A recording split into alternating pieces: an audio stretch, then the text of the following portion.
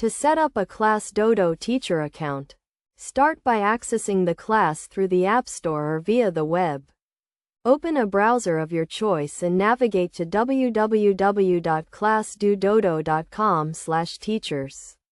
You will be redirected to a page where you can create your teacher account. On this page, you will see options, including one that says, Teachers, with the description, the easiest way to connect your classroom. Used by more than 15 million students and parents. Free for teachers forever. Just sign up. Click on this link to sign up. You will then be prompted to enter your first name, last name, email address, and password. Once you have entered this information, you can complete the sign-up process and create your account. This process is straightforward, and following the on-screen prompts will guide you through the setup.